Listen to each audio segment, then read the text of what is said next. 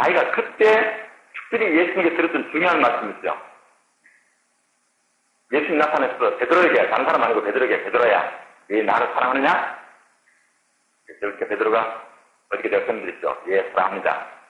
근데 제대로 대답하지 않았죠. 예수님 묻는 대로 대답 안 하고, 예수님은 아가페라고 묻는데, 진려라고 대답하고, 나중에 진려마저도 의심스럽게 했겠어. 그건 진짜네 하니까, 한참 생각하다가 고민하다가, 예, 그건 진짜입니다. 이렇게 했잖아요. 예수, 그러면 나를 따라오느라. 지금은 내 마음대로 다니지만, 앞으로는 너를 원치 않는 곳으로 끌고 갈 것이다. 이렇게 말씀하신 것은, 베드로가 앞으로 어떤 죽음으로 죽을 것을 말씀하신 것이 여기 딱 설명부터 했어요. 흥겨할 것을 예언했죠. 그래서 베드로가 난타죠. 아니, 나는 저분이 메시아로 아직도 안 되지고 있고, 그래서 살아났다고 다시 왔다 갔다 하지만, 살아날 수는 있는지 모르지만, 메시아인지 아닌지는 불확실하고, 우리는 왕이 되기를 기다리는데 왕은 안 되는 것이고, 뭐 왔다 갔다 하시면서 나를 따라오느라, 내가 왜 따라가느냐? 3년 동안 따라다녔는데, 그것도 뭐, 이제 따라오면 내가 너한테 내 좌우편에 앉게 해주겠다든지, 이러면 또 모르지만, 너 나 따라오면 이제 순교할 것이다. 따라오느라, 내가 왜 순교로 따라가느냐? 베드로 따라가기 쉬운 거죠. 근데 그렇다고 말은 못하고 조금 전에 사랑한다고 말은 했고 이래도 못하고 저래도 못하고 아주 난처한 상태였는데 갑자기 가자. 그래도 속으로 예수님 이 요한은 어떻게 되죠? 이렇게 엉뚱한 학습. 그리고 예수님께서 요한은 내가 올 때까지 이 땅에 오래 쓰던 말을 너하고 무슨 상관이 있냐? 너는 나를 따르라. 그래서 한마디도 못하고 끝난다. 그것이 요한복음이 끝입니다. 그래서 복음서에서는 사도들이 변화되지 않고 끝난다. 복음서는 사도의 변화가 없죠. 다만 이제 그 누가복음 같은데 뒤에 승차신 이야기를 짧게 그냥 간단히 붙여놨으니까 결론 내렸으니까 제자 믿음같이 실제로 복음서에서는 제자들이 끝이 나잖아요. 자, 이 사건이 언제 있었느냐? 계산 조금 해봐야 됩니다. 예수님이 부활하던 날 다락방에 나타나시고 일주일 후에 제8일 만에 또 나타나시고 도막에 나타납니다. 두 번째죠. 물론 이제 엠마오에 사는 제자들 나타나시고 여자에 나타나시고 뭐 베드로 또 이제 보시면 하여튼 여러 차례 있었지만 주관으로 말하면 부활하던 날, 주일날, 일주일 후, 8일 됐죠, 8일. 그 후에 보이잡으러 간 것 같아요. 원래는 예수님이 이렇게 말했죠. 마리아에게, 마리아야, 내 형제들에게 가서 내가 갈리로 갔으니까 그것 보자고 해라. 그건 또 안 한 것을 또 두 번이나 하겠어요. 그래서 마리아가 갈리가서 이야기했을 텐데, 제자들이 안 가는 게 갈리로 가지 않아요. 갈리로 왜 가느냐? 예수 만나면 여기서 만나서 뭐 왕이 되든지 뭐 되든지 뭐 갈리로 왜 가느냐 그런 데 쓴지 모르지만 안 가는 거예요. 그러니까 예수께서 제자들 만나러 갈리로 가고 싶고 거기서부터 일을 새로 시작하고 싶으신데 예루살렘이 아니고요. 그런데 안 가니까 사실 예수께서 다락방에 나타나시는데 결국은 안 믿어지니까 제자들이 베드로가 나는 고기 잡으러 간다고 했어요. 그것이 예루살렘에 산 이야기인지 갈릴리 가서 한 이야기인지도 좀 애매하지만 그래서 기베라 바다에 간 겁니다. 그러니까 갑자기 이 요한복음 20장 이야기에서 21장은 갑자기 장소가 예루살렘에서 저 갈릴리 바다로 옮겨진 거예요. 그때 이제 도마도 따라가고 나단도 따라가고 다른 데 따라가서 고기 잡으러 했는데 못 잡았어요. 근데 그때 제자들이 처음 예수님을 따라갈 때 일어났던 기적이죠. 물고기 많이 잡은 똑같은 아주 또 한 번 예수님을 생겼다. 그래서 이 요한이 그때 일이 빨리 생각나니까 예수님이다 이렇게 했잖아요. 그래서 베드로가 막 뛰어나오고 해서 예수님을 영접하고 그 대화가 되었는데, 자, 그럼 이거 언제 일어났을까? 좀 날짜를 앞당기면 한 10일쯤 되었다고. 8일째 아니고, 갈리까지 갔으니까 한 2, 3일 지났다고 10일째 아니면 14일 때쯤, 한 2주간쯤 되었을 때 일어난 일이 같아요, 제가 보기에. 그때 베드로가 대답하지 않았죠. 요한은 물론 가만히 있을 거. 근데 마태복음 28장에 우리가 잘 아는 구절 있죠? 마태복음 28장은 부활하신 날 장면만 이야기 나오는 그 다음에 건너뛰어서 예수께서 제자들에게 나타나서 11명에게 너희는 가서 모든 족속으로 제자를 삼아라. 아버지 아들과 성령 이름으로 죄를 주고 내가 너에게 분부한 모든 것 같이 지키게 하라. 라는 마지막 교훈, 소위 예림이라고 굉장히 한국교회에서 떠들고 야단법수는 그 구절이 거기 있습니다. 그 구절은 언제 하는 이야기냐? 잘 생각합니다. 여기에 제자들이 11명이 다 모였는데 뭐라고 했냐면 예수께서 명하신 산에 이르러 갈리에 있는 예수께서 명하신 산에 이르러 예수를 배우고 경배했다 이렇게 나와요. 그러면 예루살렘 일어난 일이 아니까 적어도 앞에 사건은 아니고 그죠? 갈릴리니까 이 갈릴리 바다 사건하고 비슷한 데죠.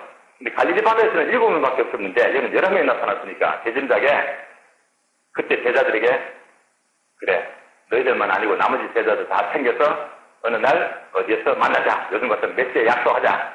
그때는 지금처럼 시간이 아니었을지 모르지만, 그래서 예수님이 명하신 산에 다, 11명이 다 왔다. 다른 사람이 죽었으니까. 근데 예수님 또 나타났잖아요. 그러니까 또 예수님 보고 경변하면서 오히려 의심한 자도 있더라. 그래서 빼먹어요. 오히려 의심한 자도 있다. 몇몇 사람은 좀 믿어지는데 좀 불합리하지만 아직도 의심스럽고 저분이 왜 또 오셨을까? 또 무슨 말 하러 오셨을까? 근데 너희는 가서 모독 대답을 삼아라. 역시 아무도 대답하지 않습니다. 물론 대답할 때가 아니죠. 아직 안 믿어질 때니까. 그렇게 하고 마태복음 끝납니다. 마태복음도 그렇게 끝나고 요한복음도 그렇게 끝나는데 마가복음에만은 길게 무슨 이야기 나오죠. 너희 가서 앞으로 독을 마셔도 괜찮을 것이고 어찌고 저쩌고 많은 이야기 하는데 죽은 자를 살리고 그 부분은 일반 교인들이 좀 애매할지 모르지만 잘 지키셔야 됩니다. 성경을 뺏기고 사본을 만들 때 원래 없던 부분이 나중에 다른 사람이 뺏길 때 집어넣은 거다. 원래 성경에 들리는 것이 아니고 뺏기는 사람이 어디서 여기저기서 모아놓은 짓을 해서 첨가된 것으로 거의 해석합니다. 그래서 우리 성경도 나왔어요. 9절부터인가 그 마지막 절까지는 어떤 사본에만 있지 다른 사본은 없다. 그래서 잘 들으셔야 됩니다. 한국에는 보수적인 옛날에 박윤선 박사님이나 그 합동측 신학교의 교수나 이런 분들이 번역한 성경이 있습니다. 표준 세번역이라고 있어요. 그 번역할 때 구약까지 번역을 다 했는데 출판을 못하고 그냥 문 닫았죠. 신약만 책이 나와 있습니다. 그 신약성에 보면 아예 그것은 빼버리고 이제 순노트에 빼버리고 그 대신에 다른 또 뭐가 들어있어요. 다른 사본은 또 다른 것이 있으니까. 그래서 마가복음 뒤에 있는 것은 우리가 성경적으로 확실한지 아닌지 알 수 없으니까 빼자야겠죠. 그럼 마가복음에도 제자들의 변호된 이야기 없다. 누가복음에만 끝에 짧게 예수님 승천 이야기 간단히 나오면 합니다. 그래서 복음서 어디를 봐도 제자들이 아직도 예수를 확실히 못 믿었거든요. 그리고 너희는 가서 모든 독들 제자를 삼아라. 아무도 예수하지 않았습니다. 그래도 우리만 야단이죠, 그죠? 대주인 받았다. 다 가야 된다. 근데 사도행전은 끝까지 다 읽어봐도 12사도는 한 사람도 선교하러 가지 않았습니다. 사도행 나오지 않습니다. 그러니까 한국에서는 사도행전을 가지고 소개 안 타니까 제가 어느 교회 가서 저희 교회 청년 결혼식을 치렀는데 딱 봤더니 뒤에 배경에 사도행전 29장에도 나와 있는 거예요. 사도행전 29장이 교회예요, 저희가. 사도행전 이어서 자기들이 온 세계에 이제 복음을 전한다는 이야기 뭐인데 실제로 12사도가 누구는 베드로는 어디서 거꾸로 못 박혔을고 누구는 어디서 승리하고 누구는 어디서 전도하고 라는 이야기를 많이 하지만 역사적으로 그렇게 확실하지 않습니다. 사실. 역사적인 증거가 확실하지 않아요. 그냥 전해져 오는 이야기들이니까 맞는지 아닌지 알 수 없어요. 맞을 수 있는데 제가 꼭 부정하고 싶은 건 아니지만 사도행전은 기록이 없고 사도행전 끝날 때까지는 사도들이 예루살렘에 그냥 있고 선교를 안 갔죠. 제자들은 사방에 흩어지고 또 누구는 어디 가고 안디옥에도 가고 또 바울과 바나바는 또 선교를 가고 로마도 가고 이렇게 했는데 12사도는 그 외국에 선교를 간다는 식이 나와 있지 않다. 그러면 너희는 가서 모든 족속 제자를 삼으라는 명령은 누구에게 하는 명령이에요? 갑자기 한국 사람이 여러분 각자에 다 한 이야기가 다 가십시오 이렇잖아요. 갑자기. 그죠? 그래서 저는 아니다. 가지 마라. 당신 부른 거 아니다. 어제 당신 부르다는 믿음 있냐? 인종화하라. 그렇게 안 되는데 왜 인종화하느냐 이죠. 그러니까 하나님의 부르심에 대해서 성경 읽을 때 굉장히 조심해야 됩니다. 제가 성경 묵상을 늘 강조하는 사람이니까 읽고 적용하라고 하니까 대개는 읽자마자 나도 성경으로 가야지. 다른 독서에 가야지라고 되게 묵상하겠죠. 제가 거기서 일은 없는데 그래도 잘 하셔야 되거든요. 근데 오히려 신학자들이 왜 성경 묵상하면서 적용을 함부로 하느냐? 성경 묵상 하지 마라. 그러니까 모든 사람이 자기에게 적용해서 막 비판하는 것이 신학자들이에요. 근데 이상하게 왜 마태복음 28장은 다 가라거든요. 저는 이해가 안 되거든요. 근데 실제로 그 명령은 12사도 보고 너희들을 가거라. 그렇게 하지 않았어요. 너희는 예루살렘에 있으면서 예루살렘 교회를 지키라고 생각하거든요. 물론 사도행전 1장에 보면 예수께서 승천하기 전에 제자들에게 너희는 예루살렘에 아직 기다려라. 성령이 오셔야 된다는 말이 나오죠. 성령이 올 때까지는 예루살렘 물론 기다려야 되는데 오신 이후에 예루살렘과 온 유다와 사마리아 땅까지 내 주인이 될 것이라는 말이 있으니까 물론 해야 되겠죠. 그죠? 그다음 왜 안 갔을까? 제자들이 명령을 불순종한 것일까? 미처 갈 준비가 안 됐을까? 여러 가지 일이 바빴을까? 그건 알 수 없는데 저는 어떻게 얘기하냐면 12사도에게 명하신 명령은 교회에 주어진 명령을 저는 보고 있어요. 교회에. 너희들이 교회 책임자들이니까 너희들이 이 명령을 잘 받고 너희 12명이 하는 말이 아니고 교회가 그 일을 하도록 너희들이 책임지고 다녀야 될 것이다. 그런 말로 저는 받고 싶거든요. 대해석이 맞는지 아닌지는 또 검토해야 되고 하니까 제가 꼭 결론적으로 말하고 싶지 않지만 우리가 말씀 읽을 때 상당히 조심스럽게 잘 보셔야 됩니다. 극단적으로 말하면 이렇게 말해요. 심지어 외국 성기도 같은 분들이 어떤 사람들이 나는 부심이 없으면 못 간다 이렇게 한다 그죠 성경사로. 이분이 말하기를 아니다. 가지 말라는 말이 없으면 무조건 다 가야 된다 이렇게 말해요. 그래서 제가 그러면 한국에 있는 모든 교인이 다 가야죠 그죠? 교회에서 선교하라고 하라고 하시면 목사님들이 다 함께 파트내고 카나다교도 파트내고 딴 나라 가야 된다 그죠? 근데 왜 자기들은 안 가고 교인들 보고 가라고 합니까? 그게 저는 이해가 안 된다. 예비임은 당연히 가야 되는데 왜 본인들은 안 가고 목사하고 있으면서 교인들 보고 가라고 하냐 그죠? 그럼 교인들 다 가면 어떻게 합니까? 또 딴 나라 교회는 한국에 다 와서 이렇게 바꾸면 됩니까? 그런 것이 너무 우리가 단순하게 생각하는 것이 문제인 것 같아요. 훨씬 더 어느 정도 말씀 믿고 묵상할 때 주의해야 될 점이 없지 않습니다. 전 세계에 복음을 전해주는 건 사실이지만 아무나 가는 것도 아니고 안디옥 교회에 5명의 지도자가 있었는데 하나님이 그 중에 바나바와 바울 2사람만 선교사로 보내고 나머지는 3명은 안 갔거든요. 그 3명이 기도도 하고 챙기고 갔다 오면 보고받고 이렇게 했지 다 가라고 한 것도 아니기 때문에 특별히 불러서 가는 사람만 가야 된다. 그죠?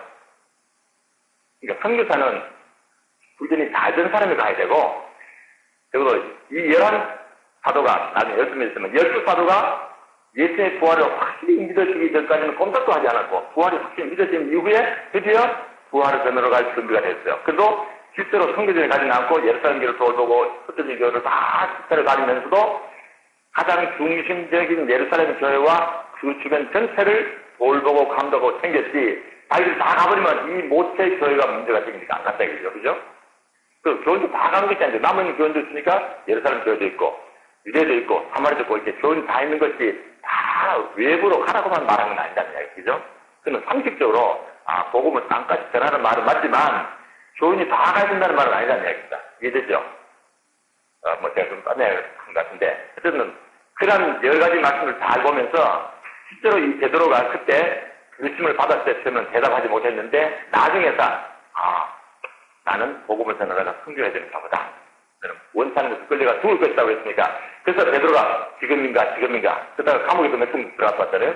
감옥에 들어가서 특별히 헤로드 왕이 야고보라는 제자를 처형했을 때 유대인들이 너무나 좋아하니까 이 헤로드 왕이 내가 야고보를 죽이니까 모두 나를 좋아하는구나. 그럼 다 됐다. 우리는 그 큰 베드로를 처형해야 되지. 그리고 베드로 딱 잡아가지고 감옥에다 집었는데 베드로가 이제 내가 죽을 차례가 됐구나 하고는 감옥에 들어가서 불단장을 했습니다.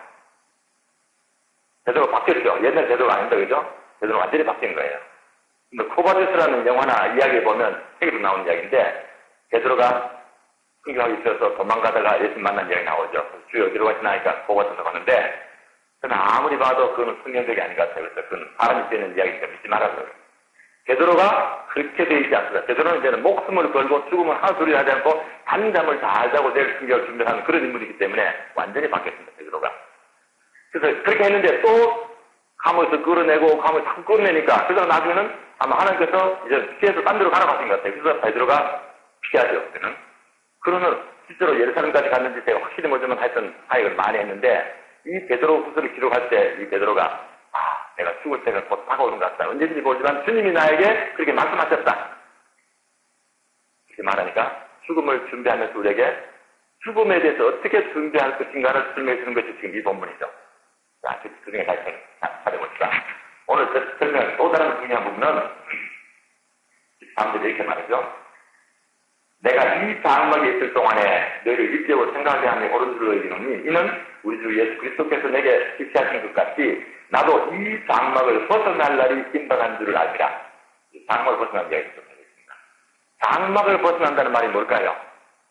우리는 목축업을 한 사람에게 좀 애매하죠.